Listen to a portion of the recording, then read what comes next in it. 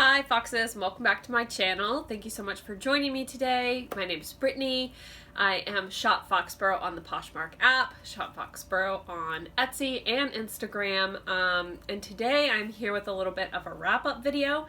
As you all know, it's now 2020, so 2019 is behind us, and I've been taking a look at some of my data, and today I'm going to go over 5 brands that did the best for me in 2019 and 5 brands that I'm going to be looking for actively in 2020 to try and resell. Alright, before I jump into this, I want you to drop me a comment down below and let me know what one brand you're definitely looking to pick up in 2020. So before you hear any of my answers or any of what I'm looking for, tell me yours down below, because I want to see what you guys say before you're influenced by anything that I say. Alright, now on to the top 10. So, without further ado, let's go ahead and jump into the 5 brands that did the best for me last year. So the first brand, hands down, is Modcloth. Now, Modcloth is one of those brands like Anthropologie where it's sort of like an umbrella brand. And while they do have their own house label that's just Modcloth, there's lots of brands that they sell on their site. And if you watch some of my haul videos, I do say when I pick up a Modcloth brand, you can kind of get like an idea of those. I believe my video next week is actually going to be 10 Modcloth brands to keep an eye out for good money in 2020, so you'll want to tune into that. But as an umbrella brand, Modcloth was my top selling brand over the whole year. I sold, I think it was $6,200 gross worth of Modcloth items in my Poshmark closet last year alone. So that's a really big number. And yeah, I'm definitely going to keep going with that. Number two is not a brand so much as it is a style, but because it's listed as a brand on Poshmark, that's what it comes up as, and that is vintage. So I am definitely going to be continuing to pick up vintage. It's where I started. And it does a lot of business for me. So it was neck and neck with Modcloth, over $5,000 in sales in vintage last year. And specifically, I'm going to be picking up dresses. Those always do very well for me. Jumpsuits and rompers definitely do well for me. Sweaters are a big one. And then slacks. Slacks from like the 70s to the 80s had a really good both sell-through rate and average sale price. So more towards the 80s, you're looking at like maybe $35 to $40. But if you can find some good slacks from the 70s, most of those that I sold around the $50 range. So that's really good. And I'm definitely going to keep looking for those. The third brand is going to be a little bit controversial, but again, we're going by my top sold brands, so that is Anthropologie. I'm going to be continuing to look for Anthropologie pieces. I did a video, which I will link for you, about the Anthropologie brands ranked from the least profitable towards the most profitable. So obviously I'm going to be trying to stick towards that more profitable range. I'm going to be looking for things that are going to be, that I can list for $45 or more.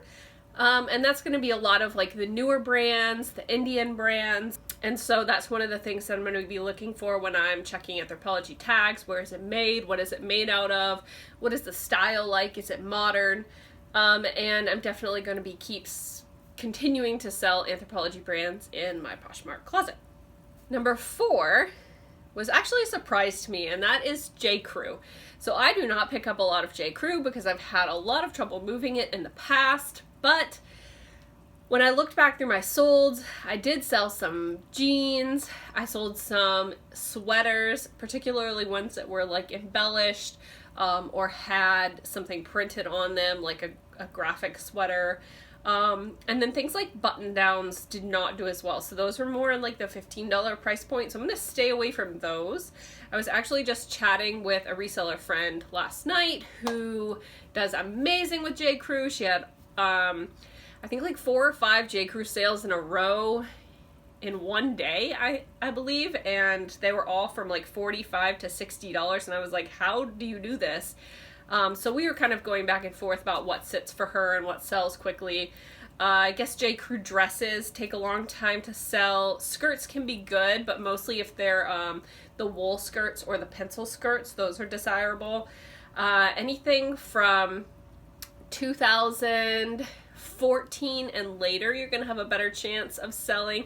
And obviously, like sweaters, she said that the Tippy sweater did really well for her. So when she found the Tippy sweater, she picked that up. And I think I could vouch for that. So, and shoes too, she does really well with, because J. Crew does have their own shoe line. They're made in Italy. They're very nice. They're very expensive. And so those are the kind of things that I'm going to be looking for. Things that I can list a little bit higher. And I'm going to be trying to hone my knowledge of J. Crew so that I can sell it as well as I sell Anthropologie, and hopefully get that number up a little bit in 2020. And my fifth best-selling brand for 2019 was Sundance. So Sundance is a catalog brand. It's very bohemian. It's a little bit like Anthropologie, but more, I'm going to say geared toward like a slightly older woman. Most of their styles are a little bit more modest. It is definitely a line that carries higher end brands. So they do carry Johnny Was there. They carry, embroidered jeans. They have a lot of house labels that just say Sundance. And then they also carry some other brands within that, Sorel, Woolrich, Pendleton. And so I'm going to continue to look for Sundance items. I think a majority of my sales were things that came from my personal closet, so I knew that they were sold at Sundance. And I know I sold multiple pairs of jeans that I purchased from Sundance, a dress that I purchased from them. So a lot of it was stuff from my personal closet, but once you start to get their catalogs, once you take a look at their offerings, you can kind of hone in on that. And I'm not going to say that the older Sundance pieces, same as Anthropologie, like the older Sundance pieces, unless it's like a highly desirable piece, they're not going to do that well. But if you look for their newer label, if you look for their newer stuff, it's definitely a popular brand and it can bring in good money. So those are my 5 that did really well for me in 2019. And next up, I've got 5 that I'm going to be looking for based on my own sales trends in 2019. So the first of that is a Swedish brand. I believe it's Swedish. It's, I'm going to butcher this, but it's Gudrun Schoden, I believe. Anyway, I'll put the label up here. I first found one of these pieces in 2019. It was a cardigan. It was kind of a waterfall cardigan. It was in 2 colors and it was a mixed print. So like the front, I think, was striped and the back was polka dot. Obviously that called to me and I loved it, so I picked it up and I sold it very quickly. I sold it within, I think, 2 days for about $45. Once I looked up the brand, I was just surprised by how quickly it moved. So the next time I found a piece by that brand, I did pick it up, and that also sold very, very quickly, and for, again, around the $45 mark. Then I found a scarf by them. It was 100% wool with a leaf print, very beautiful, and I listed that, and that sold within a couple of days for a good amount of money for a scarf. So consistently it sold for a good amount and it sold quickly, so I'm definitely going to be seeking that brand out in 2020. Alright, next up, second brand I'm going to be looking for in 2020. It's a shoe brand and it's Allegria, so it's Allegra. And I had 2 pairs of shoes from this brand. One was a pair of sneakers, black suede with like metallic detail on them, and the other was a pair of lace-up leather boots. Both of them sold full asking price for $78. I believe that both shoppers came in from Google, and you can kind of know if it's a brand new account, they've never purchased anything on Posh before, and they signed up the same day that they purchased the item. Most likely they came in from Google. So I'm going to continue to pick up this brand because it's obviously a brand that people are searching for. Maybe they're looking to replace a pair of shoes that they had, or maybe they just really like this brand and they're Googling that and seeing what they can find. Usually I model my shoes, but with both of these pairs I did not model them, so I'm going to continue to not model this brand so that it ranks higher in Google, because that seems to be working for me. So Allegria shoes, I'm going to be looking for those. The third brand that I'm going to be looking for more of, and maybe this is a little controversial, is Levi's.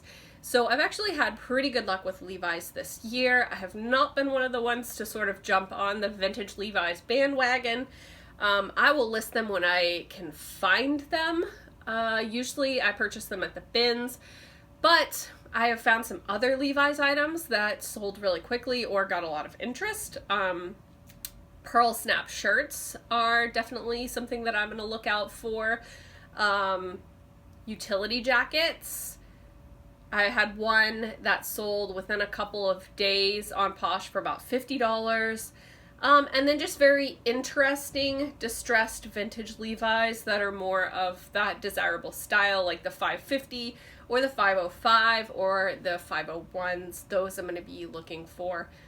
I did just find two pairs of Levi's. I think they're 511s, but they were like the tapered leg, completely covered in like paint splatters. Somebody obviously wore them as a painter, and the back, like the bottom was kind of blown out, but in just the right spot that somebody who wanted to show that off, it's going to be perfect. So I was very excited about those. So again, Levi's, but only specific types of items from Levi's. I'm not just going to be buying every pair of vintage Levi's that I can find. Next up, maybe a shocker because it's a mall brand and it seems very innocuous, but Motherhood Maternity. So not a lot of people on Poshmark sell maternity items. And since they introduced the maternity market, I've actually had very good luck selling my old maternity items. I did own a lot of maternity dresses because obviously that's my style, but I had a lot of luck with motherhood dresses and motherhood sweaters. And those all sold around the $30 to $35 mark. So I was pretty happy with that. I think the sweaters were a little bit less, but the dresses did really well for me. So I'm going to keep looking out for those when I can find them at a good price, and keep listing them for all of the pregnant women out there, because let me tell you, when you get pregnant, just things stop fitting and you want to look cute. And so if you can find some stuff on Posh at a good price, I definitely think people are looking out for those items. I will say this, don't pick up basics. Every pregnant woman goes out and buys a couple of maternity shirts, leggings, pants, all that sort of stuff. You want stuff that's really going to stand out. Maybe something that they can wear to a baby shower, or just something that's going to make them feel really good about themselves. So you want fun prints, you want flattering dresses, no like sack type stuff, and just keep it on like the trendier side. The last brand that I'm going to be looking out for in 2020, so number 10, is eShakti. So if you don't know eShakti, it's an online website where you can go in and you can choose a dress from a template, and then you can customize it. So let's say that you want to have sleeves on all of your dresses, you can add sleeves. Or you are only 5 foot, so you want the hem a little bit shorter so that it's the right length on you. You can put in your custom measurements. And they will make the dress for you. And it is a very popular brand. And I do really well specifically with novelty or fun prints or plus size pieces. So I do have a lot of luck, especially when it's like 3X or 4X. Those items move really quickly for me. They don't sell for a ton of money, but you're looking at between, I would say, $30 to $45 depending on the piece, and that's pretty good. So if you can find that in the wild, I know I will be looking out for it, and I recommend you do too. So let me know what you thought of my top 10 down below. And of course, like I said at the beginning of this video, make sure to let me know what brand you're going to be looking for in 2020. And I will see you next time, hopefully on Tuesday. I have another ThreadUp haul. I've got a million packages waiting to be unboxed, so hopefully I will see you then.